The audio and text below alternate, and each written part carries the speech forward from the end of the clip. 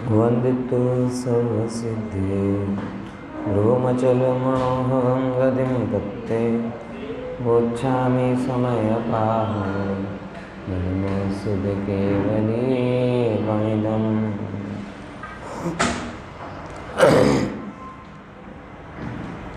वस्तु एक वस्तु अन्य वस्तु रूप होती नहीं है। एक वस्तु को अन्य रूप होते मानना मिथ्यात्व है। इसीलिए हर एक को भेद ज्ञान के लिए, अकर्तापने के लिए, द्रव्य दृष्टि के लिए, आत्मस्थिरता के लिए, वितरागता के लिए सबको अपने अपने में देखना चाहिए। ये नियम अगर अपने अपने में नहीं देखोगे तो दुनिया में अव्यवस्था, बिगाड़ सब दिखाई देगा और उसको सुधारने का कर्ता भाव दिखाई देगा और कर्ता भाव के कारण राग द्वेष की परंपरा चलेगी और फिर उससे जीव बंधता है। बराबर। इसीलिए कल भी मैंने कहा था, तैयारी सुधरने की रखो, सुधारने की नहीं। समझ में आया? सुन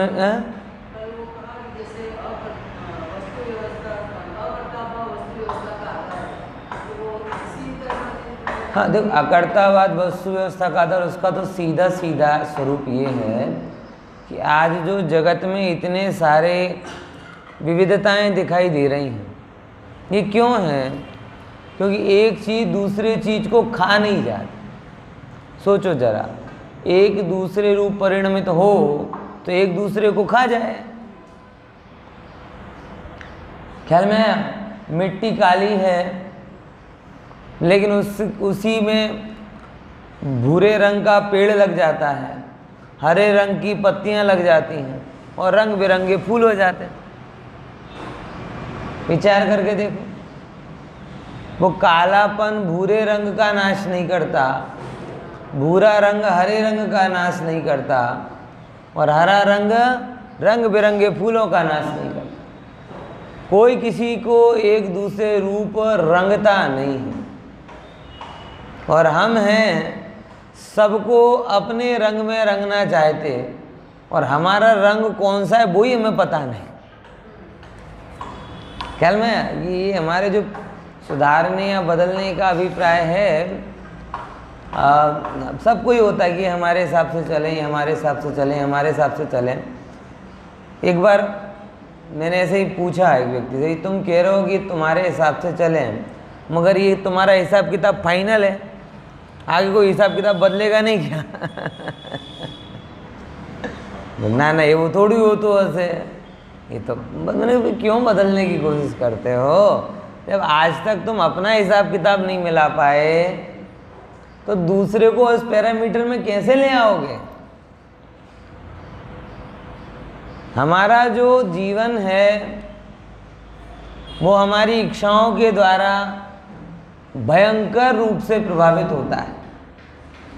भयंकर मतलब इतना हद तक है प्रभावित कि अपना विवेक तो जैसे घास चरने चला गया है। जैसा मन में होवे वैसा करते जाना, जैसा मन में होवे खा लो तो खा लो, मन में होवे सो जाओ तो सो जाओ।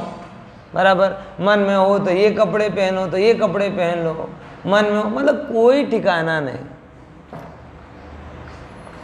पूरे जीवन को मन का दास बना के रखा और मन कर्मोदय का दास है और कर्मोदय पुनः पूर्व के किए हुए जो मानसिक परिणाम रहे उसका, तो पहले कभी एक सा किया नहीं, इसीलिए एक से बंधे नहीं।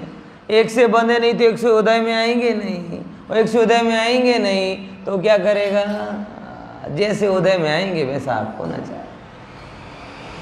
आप आई बात समझ में आई कि नहीं आई?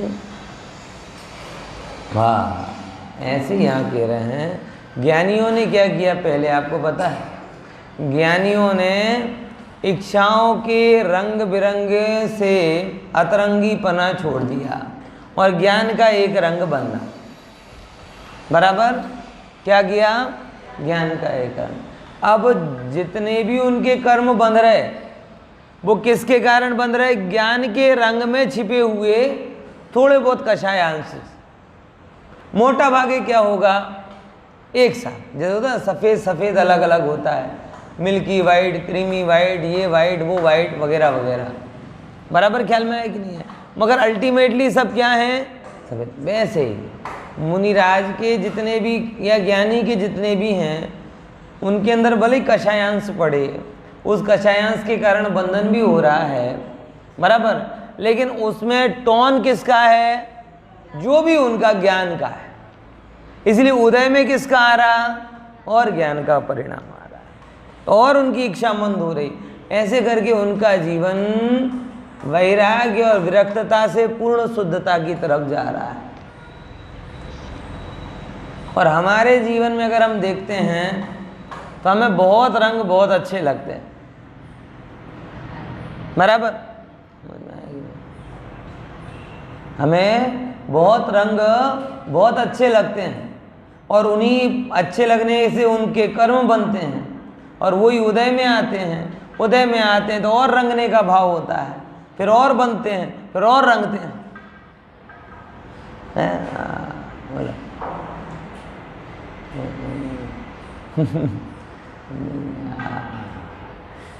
इसलिए विचार करना।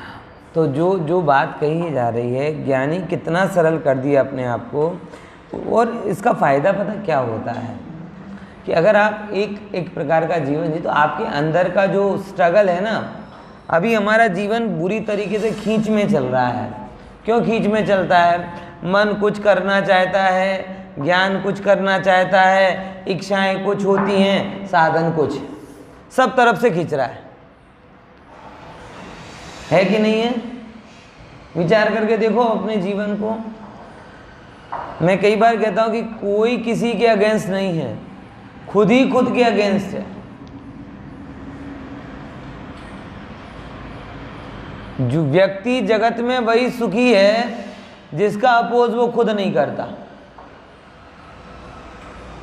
ये लाइन ख्याल में आई? क्योंकि आप देखोगे संसार में जब भी आप कुछ करने जाते हो आप खुद को ही खुद के विरुद्ध पाते हो, खुद को ही खुद के विरुद्ध पाते हो। धर्म कर रहे हो, खुद के अपोज में खुद की इच्छाएं खड़ी हो जाएंगी। इच्छा पूर्ति कर रहे हो तो और बड़ी इच्छा के खुद के अपोज खड़ी हो जाएगी। बराबर, मतलब जो भी अगर आप देखोगे सबसे पहला अपोज कहाँ होता है? स्वयं का स्वयं के साथ होता है। ये तनाव है, ये तनाव है, संयोग का तनाव नहीं है। खुद को खुद के विरुद्ध खड़ा कर देना तनाव है। समझ में आया? बड़ी गहरी बात है, विचार लेना, बहुत शांति से विचारना। जब आप प्रवाही हो जाते हो, प्रवाही हो जाते हो मतलब एक ज्ञान स्वभाव को अपना मानते हो, इच्छाओं को अपना मानते नहीं हो, तो ज्ञान का प्रवाह चलता है। इच्छा सामने नहीं होती, साइड में हो जाती है। क्या बोला? जब ज्ञान का प्रवाह चलता है तब इच्छा सामने नहीं आती। हाँ, उसकी अब उदय में है तो आएगी तो, लेकिन कहाँ से आएगी? वो साइड में आएगी, लिफ्ट मांग लेगी आपसे तो भैया क्या जगह है कि नहीं है? अगर ठीक है पहुंचा सको तो पहुंचा दो, नहीं तो कोई बात नहीं। ज्ञानी भी कहता है अच्छा पीछे की सीट खाली है, कोई इमरजेंसी का काम नहीं है तो बैठ जा, नहीं तो कहते कि भाई अभी टाइम नहीं है और पीछे की सीट तो भरी हुई है। तो कितना देखो साथ तो एक तो डकैत आए, बीच रास्ते में आपकी गाड़ी रुकवाए, कनपट्टी पर गोली लगाए और फिर बोले चल, बराबर। और एक दूसरी कौन सी सिचुएशन है कि आप अपने प्रवाह पर जा रहे हो, इच्छा विनम्रता से हाथ जोड़े खड़े हुए हैं कि साहब हमारा उदय का टाइम है, अगर आप अनुमति दो तो मैंने सही समझाया। अब इच्छा क्यों वहां पे खड़ी है? क्योंकि उदय ने उसे अपॉइंट किया, पूर्वकृत कर्मोदय ने उसे अपॉइंट किया, लेकिन उसका बल तो है ही नहीं, क्योंकि बीच में नहीं है, वो साइड में है, अधिकार नहीं मान रही वो आप पर, अपना हावी नहीं हो रही है आप पर। हाँ भाई, मेरा टाइम है उदय में आने का, अगर आप अनुमति दो तो कुछ विचार करें, नहीं तो ठीक है। तो ज्ञानी विचारता है, अच्छा ये उदय में है, अभी तो कोई जैसे इमरजेंसी का काम नहीं है, बराबर है, और बैक सीट फ्रंट सीट पर तो मैं हूँ ही, ठीक है, तब तक बैठ जाएगी, पीछे थोड़ा बहुत चली जाएगी है? तो बगैर बिगाड़ किए, बगैर तनाव उत्पन्न किए, बगैर दुविधा उत्पन्न किए, ज्ञानी के चित्त में जो पूर्वकृत कर्म के उदय के कारण होने वाली इच्छा है, वो उदय में कब आती हैं और कब निर्जरित हो जाती हैं पता ही नहीं चलता। और अज्ञानी के लिए जीवन में जितना बड़ा वो होगा ना, क्या कहते हैं, भले जगत में कितना सक्षम व्यक्ति हो, लेकिन वो खुद ही खुद के विरुद्ध रहता है, क्योंकि वो जो करने जाता है और जो करना चाहता है उसमें अंतर बहुत रहता है, खुद ही खुद के सामने आ जाता है। विचार करके देखो, शक्ति है नहीं, आवड़त है नहीं, पुण्य का उदय है नहीं कि आगे आ सकूं, लेकिन होना कहाँ है? सबसे आगे। अब क्या होगा? इच्छा है सबसे आगे हूं और आवड़त है नहीं है, तो सामने आएगा, फिर जो आगे उनके चलेगा। जेब में फूटी कौड़ी नहीं है और इच्छा किसकी है? BMW लूं ना, ऑडी लूं ना, ये लूं, क्या होगा? और इच्छा को लाने में कोई टाइम तो लगता नहीं। पूर्वगत कर्म के उदय के कारण और वर्तमान की ढचू पचू वृत्ति के कारण जो देखता है उससे ग्रसित हो जाता है। किसी को गाड़ी में देखा, मुझे गाड़ी चाहिए, किसी का बड़ा मकान देखा, मुझे वो चाहिए, कोई आया बड़े महंगे कपड़े पहनकर, मुझे वो चाहिए। ऐसा होता कि नहीं होता? मुनि को देख के कभी नहीं कहेगा कि मुझे वैराग्य चाहिए, ज्ञानियों को देखकर कभी नहीं कहता कि मुझे आत्मानंद चाहिए, भगवान को देखकर कभी नहीं कहता कि मुझे केवल ज्ञान चाहिए, लेकिन भोगियों को देखकर ना ये तो चाहिए ही चाहिए। आ रही कि नहीं आ रही बात समझ? और केवल ये कोई न्यूट्रल नहीं होता अज्ञानी का कि भाई ठीक है हो गई, वो जी जान लगा देता है उसके लिए, लेकिन जी जान लगाने के बावजूद भी होता वही है जो होना हो। हाँ, ऐसे कल एक मिलने वाले से बात हुई, बोले देखो बीपी इससे बढ़ता है, उससे बढ़ता है, फलाना होता है, एक बार चाय पीनी चाहिए, नारियल पानी खाना चाहिए, ये नहीं करना चाहिए, वो नहीं करना चाहिए, फलाना। उन्होंने 5-7 कारण बताया, बराबर। मैंने अच्छा आपका बीपी कितना रहता? बोले 160 नॉर्मल। रियल घटना बता। मैंने कही जितने आपने बताए उनमें से एक भी नहीं करता हूं मैं, तो भी नॉर्मल रहता है, और आप 50 उपाय कर रहे हो तो भी सिद्ध क्या हो रहा है इससे? अजब संतति के बारे में विचार करके देखो। मैंने मतलब बड़ी हेल्दी चर्चा हुई थी, कोई ऐसा नहीं थी पक्ष विपक्ष की बात चल रही थी, मतलब वो थोड़े ओवर प्रोटेक्टिव टाइप के। देखो मैं तो मेरे बच्चों को ऐसा खिलाती हूँ, वैसा खिलाती हूँ, फलाना करती हूँ, तो भी वो संतति ऐसी हो रही। मतलब मैं कोई वो मान के लिए नहीं बात कर रहा, उनकी दीनता के लिए नहीं बात कर रहा, लेकिन मैं केवल इतना बताना चाहता हूं कि हमारे कर्तृत्व के विकल्प कितने नाकाफी हैं, और नाकाफी नहीं, निकम्मे। तुमने शरीर का विचार किया, अच्छा हर चीज में आप देख लो, हर चीज में इतने लेपा पोती करें तो भी शरीर ऐसा हो गया कि जैसे अभी 35 की उम्र में 55 के दिखे, 50 बीमारियां घर में पड़ी, बराबर। बेटे बेटी का देख रहे तो गड़बड़, और सबके मामले में ओवर प्रोटेक्टिव। ये क्या बता रहा है? इच्छा से काम हो रहा है। अब इच्छा तो किसकी ज्यादा हो रही? इच्छा ही नहीं हो रही, उसके लिए जी जान के प्रयास चल रहे हैं। रोज 2 नारियल पानी, मैंने तो आखिरी बार कब पिया था ये भी मुझे याद नहीं। समझ आया कि नहीं आया? रोज ये करना ना वो करना, ना इतना टाइट रूटीन ना उतना टाइट रूटीन, 50 प्रकार की पूरी दिन भर की गोठवण किसमें है? शरीर के आजू बाजू, तो भी एक मन मर्जी का परिणाम नहीं निकल रहा। ना अंदर से ठीक हो रहा शरीर, ना बाहर से ठीक हो रहा शरीर, ना संयोग ठीक हो रहा शरीर। आई कि नहीं बात समझ में? हमें जब ऐसा कभी प्रत्यक्ष देखता हूँ तो मुझे तो वस्तु व्यवस्था का मान आता है, गुरुदेव का मान आता है, कुन आचार्य देव का मान आता है कि देखो कितना अच्छा सिद्धांत हमें समझा दिया है कि जो ठीक ना हो उसको ठीक करने का विकल्प छोड़ दे, और जो ठीक हो सकता है उसे ठीक ठीक रख।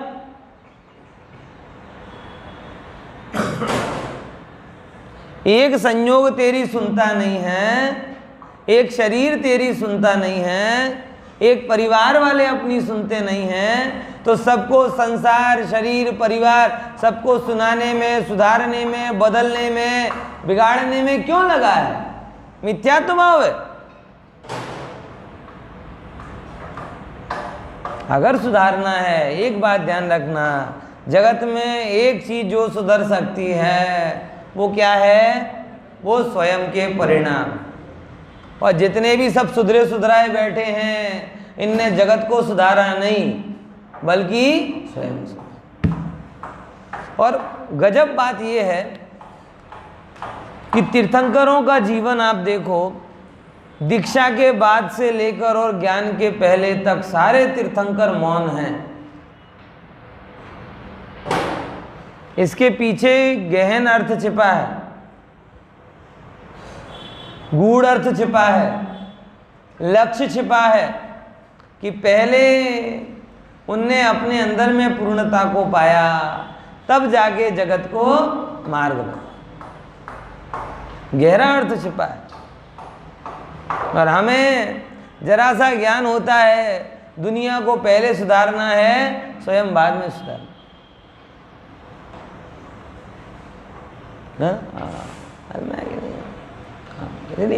वो पॉइंट ऑफ व्यू से सोचो ही मत, मैं पर का करूं, मैं पर का करूं, मैं पर का करूं। अरे रे कौन किसका करे, मैं अपना करूं। ये जानकर अपने में ऐसे तृप्त हो जाओ, ऐसे तृप्त हो जाओ कि कोना कोना निर्मल हो जाए अंदर का। क्योंकि हमारे अंदर के विकार तो हमें ही पता, और जब स्वयं विकृत हो तो अन्य को क्या सुधारा जाए, कैसे सुधारा जाए? इंजेक्शन होता है ना, इंजेक्शन बराबर, वो सीरिंज होती है, उसकी सीरिंज एक को लगा दी फिर दूसरे को लगा सकते हो नहीं। दवाई तो बहुत मस्त है मगर वो सीरिंज वो वाली है, इन्फेक्टेड है। भैया ख्याल में आ रहा है अंकित भाई? होती ना, क्या बोलते हो, सीरिंज ही बोलते ना, हाँ बराबर। दवाई एकदम परफेक्ट है, लेकिन ये जो लगा रहे हैं ना सीरिंज, ये पहले किसी बीमार के शरीर में लगी थी। दवाई भले ही बढ़िया डाली है, लेकिन सीरीज में वही वाली थी, पहले हैजा वाले के अंदर गई, फिर मलेरिया वाले के अंदर गई, फिर किसी और वाले के अंदर गई होगी, वही उससे डाल रहे हैं। अब क्या फर्क, दवाई तो बढ़िया है ना, है चलेगी। नहीं चलेगी, नहीं चलेगी। ऐसे ही कह रहे कि जब आपके सुधारने की दवा बिगड़े हुए परिणाम के साथ दी जाती है तो नहीं चलती। मैं तो कई बार ये पूछता हूँ, सब लोग जो भी मुझसे एक फरियाद करते हैं कि इनको सुधारो उनको सुधारो, मैं उनसे पूछता हूँ कि तुम इनको सुधारना किसके लिए चाहते हो? 2-3 बातें नक्की कर लो कि पहले वो बिगड़े हैं कि तुम्हें बिगड़े हुए लगते हैं, ये नक्की करो। ये 2 अलग अलग चीजें, बराबर। मंदिर में आना सुधरे हुए का लक्षण है, लेकिन अगर आपके घर में किसी को बाहर जाना पसंद है, गरबा में जाना पसंद है, तो बिल्कुल हमारे हिसाब से चलते ही नहीं है, तो दौड़े दौड़े मंदिर जाते हैं। इन्हें थोड़ा सुधारो।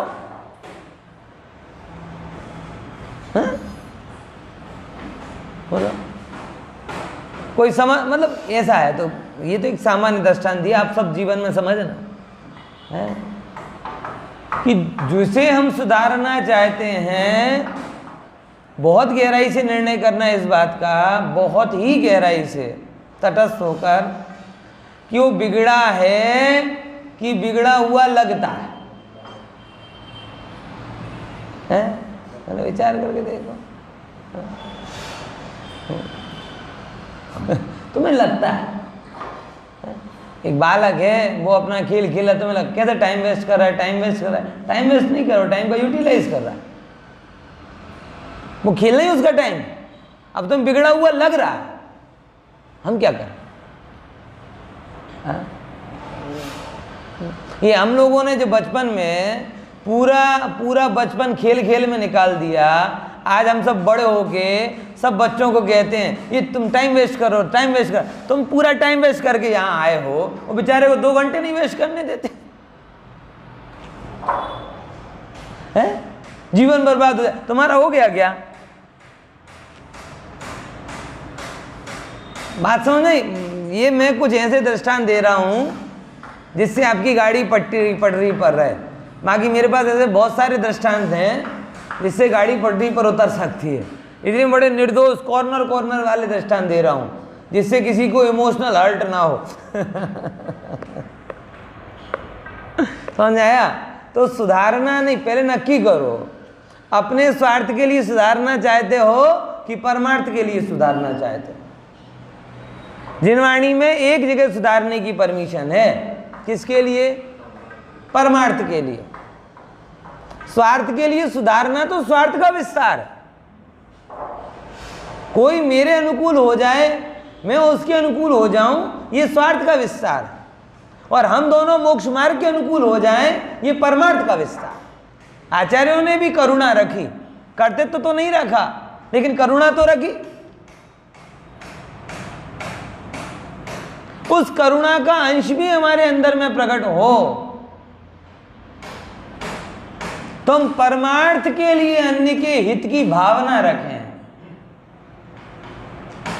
स्वार्थ के लिए कि भाई पति ज्यादा कमाए जिससे मेरी ज्यादा इच्छा पूर्ति हो, पत्नी ज्यादा ये अपना शरीर ठीक रहे जिससे मेरे लिए अनुकूल हो, बेटे बेटी बहुत कमाए जिससे वो मेरा बुढ़ापा सिधरे। ये सब तो स्वार्थ पूरित सुधार है, वो सुधार नहीं बिगाड़ है।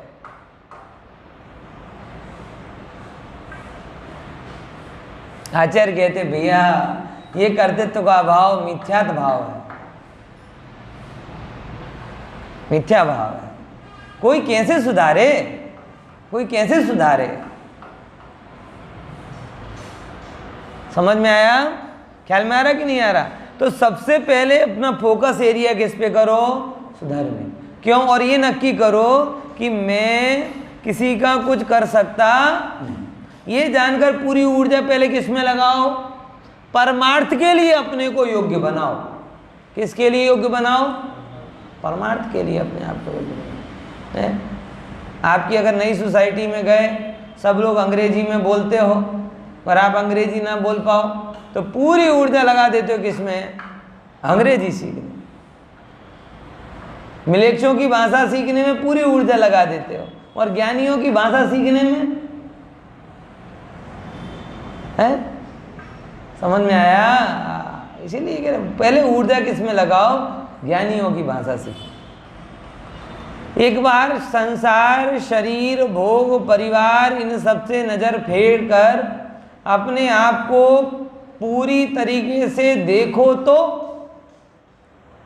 तब अपने अंदर में पड़ी हुई कमियां दिखाई देंगी और तब जाके ख्याल में आएगा कि जगत को सुधारने में मैंने व्यर्थ समय गवाया, सबसे पहला काम तो मुझे मेरा। और जब ऐसा जीव होता है तो इच्छाएं उसके सामने से आना हट जाती, और जगत को सुधारने जाता है तब इच्छाएं उसके सामने आती हैं और बारंबार उससे दुखी होता है। ख्याल में आया? समझे कि नहीं समझे? ना देखो जरा, अपन टीका पढ़ते हैं, बहुत बढ़िया है, इसकी गाथार्थ पढ़ते हैं, गाथार्थ। हाँ, जे वस्तु जे द्रव्यમાં અને ગુણમાં વર્તે છે, જે વસ્તુ જે દ્રવ્યમાં અને ગુણમાં વર્તે છે, अन्य द्रव्य तथा गुणમાં संक्रमण पामती નથી। अर्थात बदलाईने अन्यમાં ભળી જતી નથી। अन्य रूप संक्रमण नहीं पामी थकी ते वस्तु अन्य वस्तुने केम परिणमावी शके। विचार करो, है? जो जिस रूप रहे उस रूप से कहीं अन्य रूप जाता नहीं।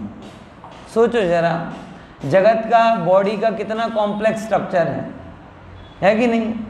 एक रक्त की बूंद आप लेते हो, ब्लड ड्रॉप, उसमें कितने WBC, कितने RBC, कितने प्लेटलेट्स, कितने हीमोग्लोबिन, कितना क्या क्या कहाँ पर है? एक खून की बूंद में। अपने को आश्चर्य होता है, इतना, मैं सच बता रहा हूँ। कई बार जब रिपोर्ट अपन देखे ना अपनी, इतना सा खून लेके गए और उसमें इतना इतना इतना इतना इतना इतना लाखों की संख्या में, और एक दूसरे रूप हो रहे क्या? और हो जाए तो क्या हो? वो डेंगू होता है ना, डेंगू तो क्या कहते हैं, काउंट्स घट गए कि बढ़ गए? कम हो जाते। कौन से होते हैं वो? प्लेटलेट्स। हाँ, प्लेटलेट्स कम हो जाते हैं। अब कम हो जाते हैं तो बताओ कैसी हालत हो जाती है। पपैया पपैया पपैया पपैया पपैया परमेश्वरी नहीं याद में आएंगे, पपैया याद आएगा। है बोला, जिसको देखो पपैया ना पान, पपैया ना पान, पपैया ना पान। ये सब दुख बीमारी में ऐसे हो रहा है, विचार करके देखो। ये साठ गांठ करके बदल जाए तो, साठ गांठ करके बदल जाए, है? जैसे अपन है ना, गरबे में गए तो रंग बिरंगे कपड़े पहन लिए, मंदिर में आए तो वाइट कपड़े पहन लिए। ऐसे प्लेटलेट्स का कि अरे यार बहुत दिन हो गए प्लेट, अब WBC बन जाए, अब RBC बन जाए, अब हीमोग्लोबिन बन जाए, है? उनका भी मन नहीं होता होगा कि अपने अपने रूप में रह के थक जाते होंगे बेचारे। चलो ये इस रूप हो जाए, वो उस रूप हो जाए, और अगर इस रूप उस रूप हो जाए मजाक मजाक में, तो तुम्हारा तो किस्सा खत्म हो जाए मजाक मजाक में। विचार करके देखो, जैसा मन और जैसा परिणमन हमारा चलता है, वैसा उनका चलने लगे तो क्या हो गया? विचार, जितना समय सार से आत्मा का वस्तु स्वातंत्र का विचार होता है, शरीर शास्त्र से भी उतना ही विचार होता है। मैं तो ये जानता हूँ, इसलिए मैं जब भी कभी ये तुलना करता हूँ तो ये जितना मेरा एनाटॉमी का ज्ञान है वो जरूर लगाता हूँ, क्योंकि मुझे इतना स्पष्टता होती है उससे। क्योंकि इसको तो विज्ञान भी मानता है ना, विज्ञान भी मानता है कि अन्य अपने अपने रूप में है, तो तुम आज बैठे हो। अगर वो बदलना चालू हो जाए, एक रक्त की बूंद के जितने सत्व हैं सब आपस में बदल लें, कबड्डी कबड्डी करके, वो इसके पाले में जाए, वो उसके पाले में आए, तो क्या हालत हो जाए। हम ये बैठे हैं ना, ये इसलिए बैठे हैं क्योंकि एक द्रव्य दूसरे द्रव्य रूप संक्रमित होता नहीं।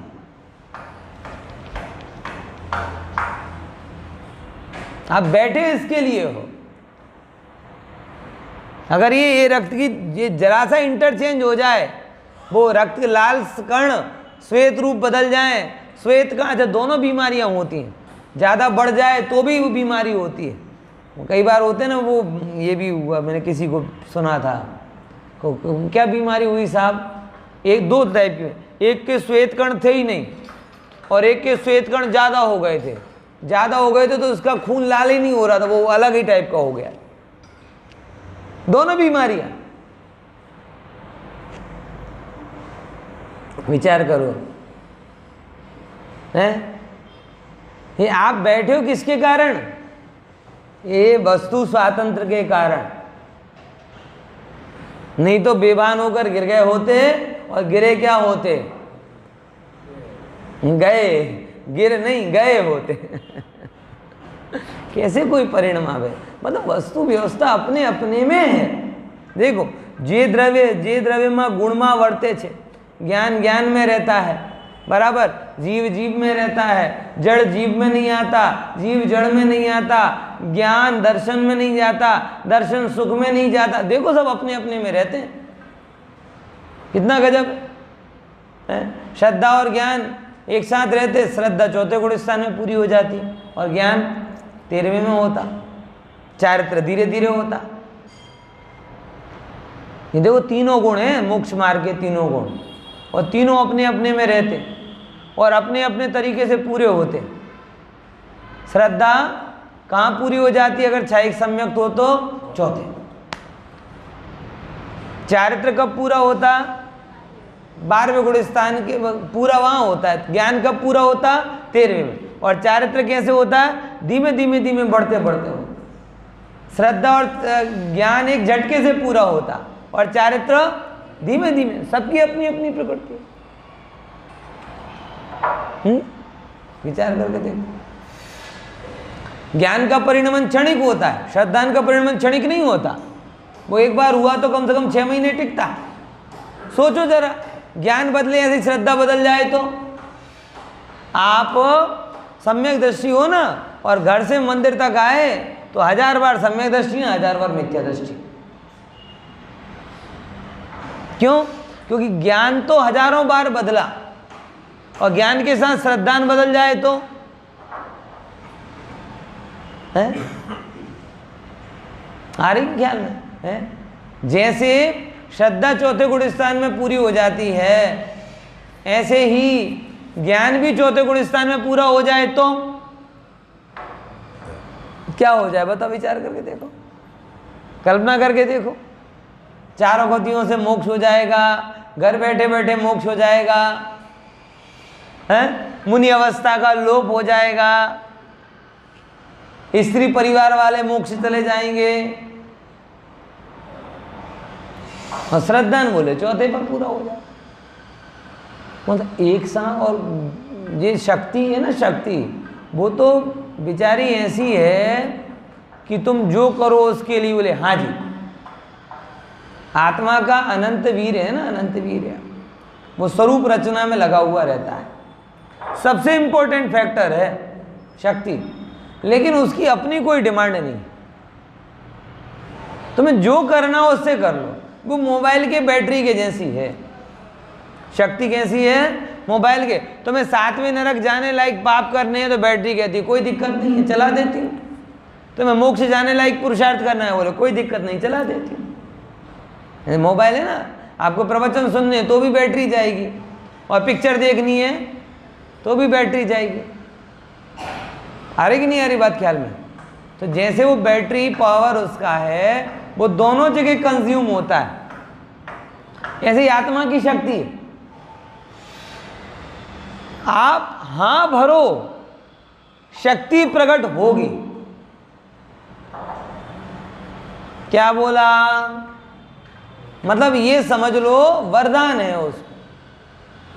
आत्मानुभवन की हाँ तो बोलो, शक्ति अपने आप आएगी। स्वरूपाचरण की हाँ तो बोलो, शक्ति अपने आप आएगी। मोक्ष मार्ग पे बढ़ने की हाँ तो बोलो, शक्ति अपने आप आएगी। कोई भी व्यक्ति, ध्यान से सुन लेना, शक्ति की कमी के कारण नहीं भटका, श्रद्धा की कमी के कारण भटका है, रुचि की कमी के कारण भटका है। विचार करके देखो जरा, कोई के पास भी शक्ति की कमी नहीं है, शक्ति तैयार है, अक्षय पात्र है, वो हर काम के लिए हाजिर है।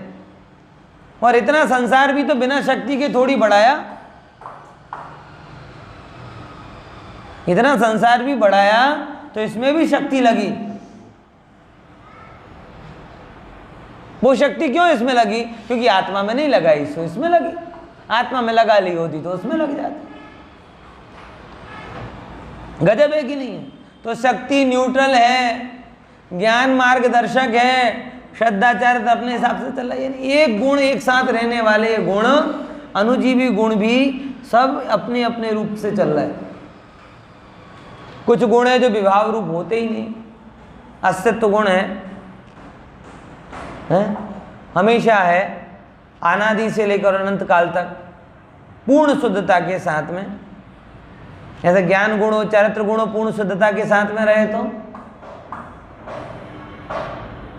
ख्याल में आ रहा कि नहीं आ रहा? ये क्या बता रहा हूं आपको कि एक द्रव्य दूसरे द्रव्य रूप नहीं होता। एक द्रव्य के गुण अपने ही द्रव्य के अन्य गुणों रूप परिणमित नहीं, और जब एक द्रव्य के गुण अपने अन्य गुणों रूप परिणमित नहीं होते तो अन्य द्रव्य के गुणों रूप कैसे परिणमित होंगे?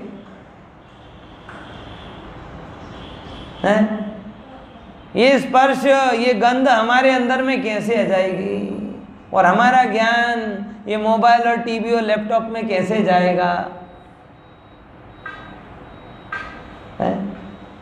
भाई, जो जहां होता है वहीं से आता है।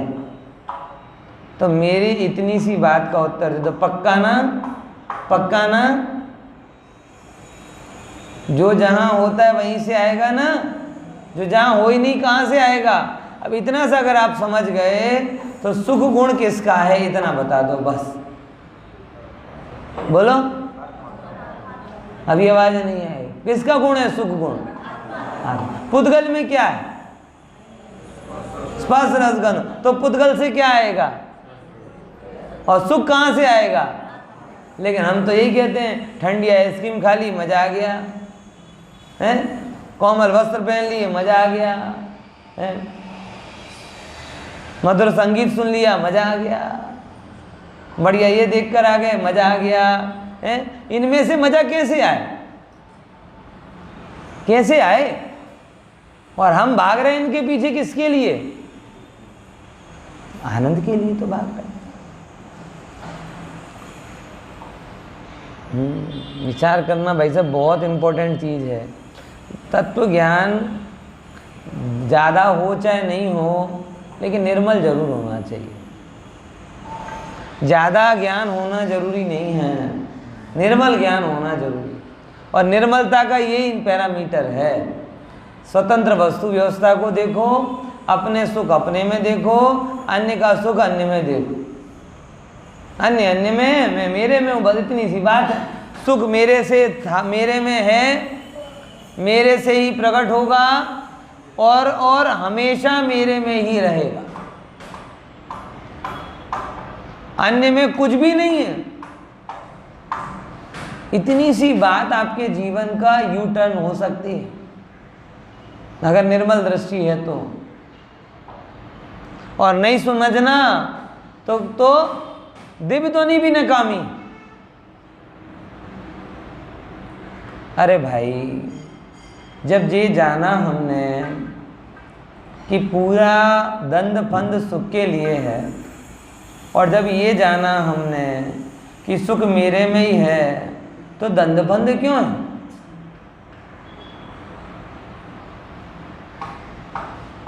है?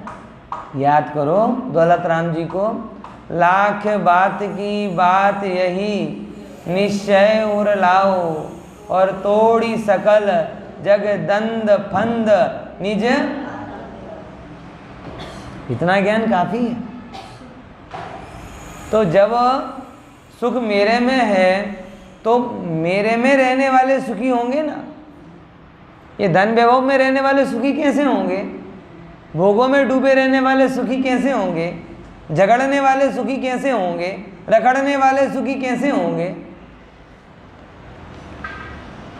हैं? नई बात है भैया।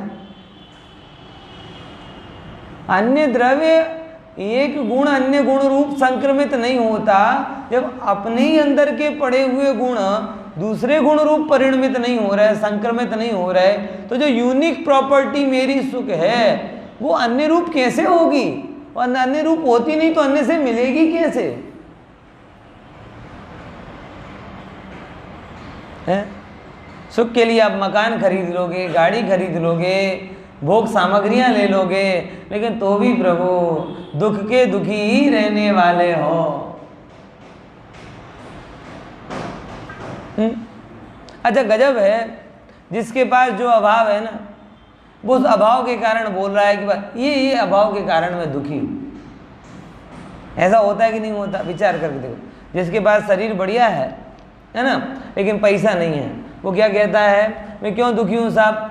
शरीर तो ठीक है, पैसा नहीं तो काहे का सो। लोग ऐसे ही बोलते हैं कि ऐसे त्यौहार, अरे काहे के त्यौहार, पैसा हो तो सब त्यौहार है, नहीं तो काहे के त्यौहार। ऐसे कहने वाले मिलते होंगे आपको, है? समझ में आएगी नहीं है? अब किसी के पास बहुत पैसा है बराबर, लेकिन नवरात्रि में गरबा करने वाला साथ में कोई नहीं है। पर पैसा है तो किस काम का, कोई साथ में तो होना चाहिए, तो उसे क्या लगता? और किसी साथी की कमी के कारण मैं दुखी हूं। अब जिसको साथी मिल गया बोले ये साथी मिला, ये क्यों नहीं मिला, इसके कारण दुखी। अरे सब एक फैक्ट्री के माल है और सब में मैन्युफैक्चरिंग डिफेक्ट है। समझ आया कि नहीं आया? ये अब सेकंड का माल है भैया, क्योंकि फर्स्ट का माल तो भगवान आत्मा है। गजब ख्याल में आया कि नहीं आया? कभी कभी अपन देखते हैं ना, सेकंड का माल एक वो व्यापार में कई बार होता है, सेकंड के माल की उसमें कुछ ना कुछ मैन्युफैक्चरिंग, कहीं किसी का कलर होता है, कहीं की इलास्टिक ढीली होती है, कहीं मिसप्रिंट होता है, कहीं थोड़ा बहुत कटा हुआ होता है, बराबर। अब आप सेकंड का माल लेने जाओ और फर्स्ट क्लास की इच्छा रखो तो फर्स्ट क्लास में ही जाए ना। जगत में जितने साथी सहपाठी हैं सब सेकंड क्लास हैं, सब मैन्युफैक्चरिंग डिफेक्ट वाले हैं। किसी में अकल है तो शक्ल नहीं, किसी में शक्ल है तो अकल नहीं, बराबर। किसी में कुछ है, किसी में कुछ। अब ये इच्छा रखना कि सब कुछ मुझे मिल जाए तो सेल में गए ही क्यों? है? फैक्ट्री आउटलेट में जाता। हाँ, आते ही डिफेक्ट वाले पंचम काल में ऐसे आए। ये क्यों बता रहा हूँ? इंक्लूडिंग सबको लेकर, ये तो कोई वो नहीं किसी को बोल रहा हूँ, सब ऐसे हीन पुण्य वाले व्यक्ति विराधक जीव पंचम काल में जन्म लेते हैं। कैसे जीव? विराधक। आराधक होते तो इस काल में नहीं जन्म लिया होता। मतलब ये जो आउटलेट है वो किसका है? आप समझ में आएगी नहीं यार? तो अब सबको जो अभाव है उसके कारण लग रहा है कि ये दुख है। धन का वाले को बांक, अच्छा धन वाले कमी के कारण शरीर नकामा लगता है, जिसके लिए धन को क्या कहते हैं, शरीर ठीक है और धन ना हो से वो ऐसे सब उल्टा पुल्टा हो रहा है। तो सबको ये लग रहा है ये खाली जगह है, ये भर दी जाए तो सुखी हो जाऊंगा। हाँ अभी बाद में प्रश्न बाद में। तो ये खाली जगह, 2 मिनट बचे, मेरी बात पूरी हो जाओ वरना वो गड़बड़ हो जाएगी पूरी, बर्बाद नहीं करता। तो सबको ये लग रहा है ये खाली जगह भर जाएगी तो मैं सुखी हो जाऊंगा, लेकिन प्रभु मोह का खालीपन कभी भरता नहीं। तुम एक जगह भरने जाओगे वो दूसरी खाली हो जाएगी, दूसरी भरने जाओगे तीसरी खाली हो जाएगी। धन कमाने पीछे दौड़ोगे शरीर बिगड़ जाएगा, शरीर के पीछे जाओगे धन छूट जाएगा, दोनों के पीछे रहोगे परिवार छूट जाएगा, तीनों के पीछे जाओगे धर्म छूट जाएगा। धर्म ऐसे करके कहीं ना कहीं कुछ ना कुछ ना। अब आप सबको क्या लग रहा है कि ये कमी इसके कारण मैं दुखी हूं? भाई साहब, किसी कमी के कारण कोई दुखी नहीं है, अपने में नहीं जमने के कारण सब लोग दुखी। समझ में आया कि नहीं? कोई किसी के कारण दुखी नहीं है। वो खालीपन मत देखो, वो खालीपन कभी भरता नहीं है, क्योंकि वो खाली जगह खाली है ही नहीं, तुम्हें खाली लग रही है। ये लगभग वैसा ही है कि वो सीढ़ी रहती है ना, सीढ़ी, तो बोले ये सीढ़ी खराब है, क्यों? बीच में बड़ी खाली जगह है। लैडर होती है ना, लैडर, सांप सीढ़ी वाली सीढ़ी है, बराबर खाली जगह बेकार है ना, है अपूर भाई? तो लैडर खराब है, हमें ऐसी लैडर चाहिए है जो भरी हो। और लैडर क्या होगी? लपसिया हो जाएगी फिर। लैडर तो होती ही वह है जो क्या हो? खाली। आई कि नहीं बात समझ? ख्याल में आ रहा है कि नहीं आ रहा है? अब तुम ये कहो कि नहीं हमें ऐसी लैडर चाहिए, ऐसी सीढ़ी चाहिए है कि जो खाली ना हो, तो सीढ़ी नहीं होगी, वो लपसिया हो जाएगा, और लपसिए में चढ़ने की संभावना कम, गिरने की ज़्यादा। वैसे ही मैं आपको कह रहा हूँ, बड़ी गंभीरता पूर्वक कह रहा हूँ, इस पंचम काल में थोड़ी थोड़ी खाली जगह मिले ना, और बीच में थोड़ी भरी जगह मिले, तो आपके चढ़ने में कारण होगी। अगर ये पाप के उदय का खालीपन नहीं आएगा ना, तो गिरने की 100% संभावना है, चढ़ने की कम।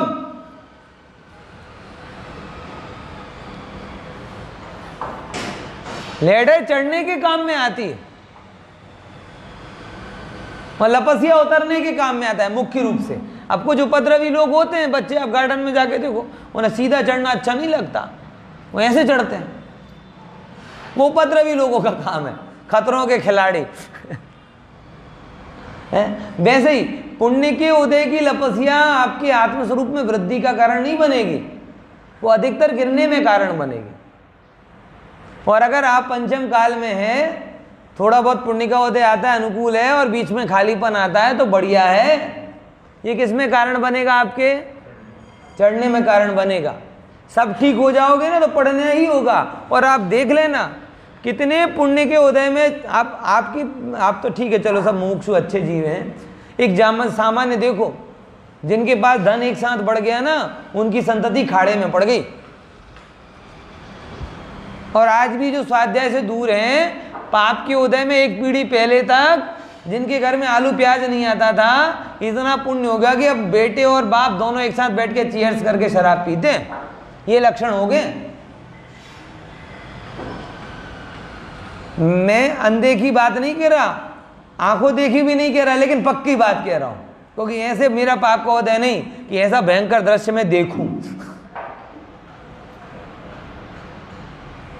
लेकिन बात पक्की, ऐसा हो रहा है। बाप बेटे मिलकर ऐसा पुण्य को आग लगा दो।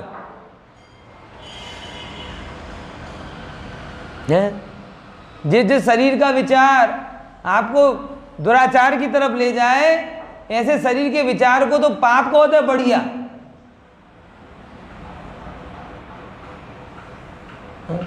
सौंदर्य सौंदर्य बल बल, ये सौंदर्य और बल के चक्कर में, सुडोल पने के चक्कर में, बराबर शरीर बढ़िया रहे इसके चक्कर में ऐसे जीव मूर्छित हुए हैं कि दुराचार में जा रहे हैं।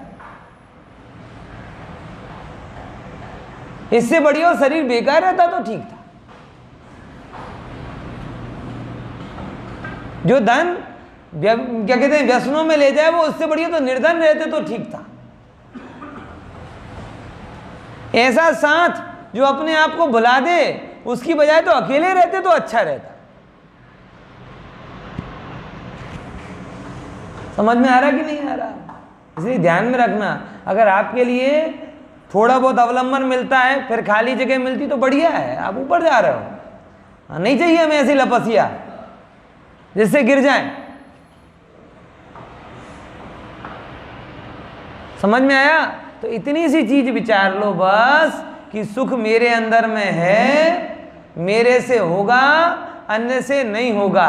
इसलिए जो सुख के लिए जो जितने भी उपक्रम किए उन सबको भूल जाओ और तोड़ी सकल निज दंड फंद निज आत्म ध्याओ। ये बात को विचार करना।